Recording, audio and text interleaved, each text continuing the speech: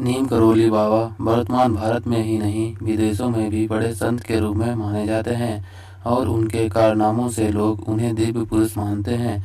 आज हम इनके संपूर्ण जीवन परिचय के बारे में जानेंगे। नीम करोली बाबा थे हनुमान जी के उपासक। नीम करोली बाबा स्वयं हनुमान जी की पूजा करते थे, लेकिन उनके भक्त लोग उनको ही हनुमान जी का अवतार मानते थे।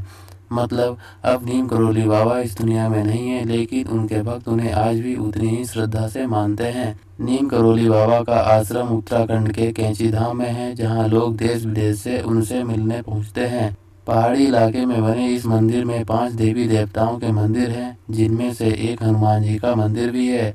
कैंची धाम एक हनुमान मंदिर और आश्रम है, जिसे 1960 के दशक में महान संत श्री नीम करोली बाबा द्वारा स्थापित किया गया था। यह एक पवित्र मंदिर है जो पहाड़ियों, पेड़ों और इसके बगल से बहती नदी से घिरा हुआ है। आप आश्रम में हनुमान जी की महान शक्तियों और उपस्थितियों को महसूस कर सकते हैं। इस स्थान को प्रसिद्ध नीम करोली बाबा के आश्रम के कारण पहचान मिली है।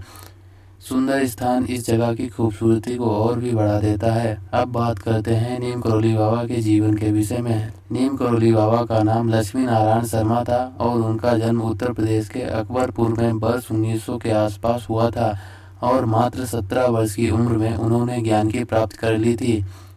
इनके पिताजी का नाम दुर्गा प्रसाद शर्मा था। उन्होंने बाबा की शादी मात्र 11 वर्ष की उम्र में करवा दी थी। बाबा को अनेक नामों से जाना जाता है। जब बाबा जीवित थे तब लोग उन्हें लक्ष्मणदास, हांडी वाले बाबा, तिकोनिया वाले बाबा और तलैया वाले बाबा के नाम से भी जानते थे। नीम करोली नाम की एक अनोखी और चमत्कारिक कहानी है। चलिए समझते हैं इस कहानी को।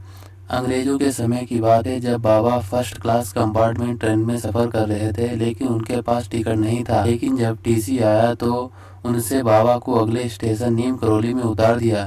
बाबा का क्या था, बाबा अपना चिमटा धरती में गाड़ कर बैठ गए। रेल के अधिकारियों ने रेल को चलाने के लिए कहा और गार्ड ने हरी झंडी दिखा दी, लेकिन खूब प्रयत्न करने के बाद भी रेल थोड़ी सी भी आगे नहीं बढ़ी। लेकिन जब भरसक प्रयास करने के बाद भी रेल नहीं बढ़ी तो एक लोकल मजिस्ट्रेट जो बाबा को जानता था, उसने रेल अधिकारियों से कहा कि बाबा से माफ़ी मांगकर उन्हें सम्मान पूर्वक बैठा लो।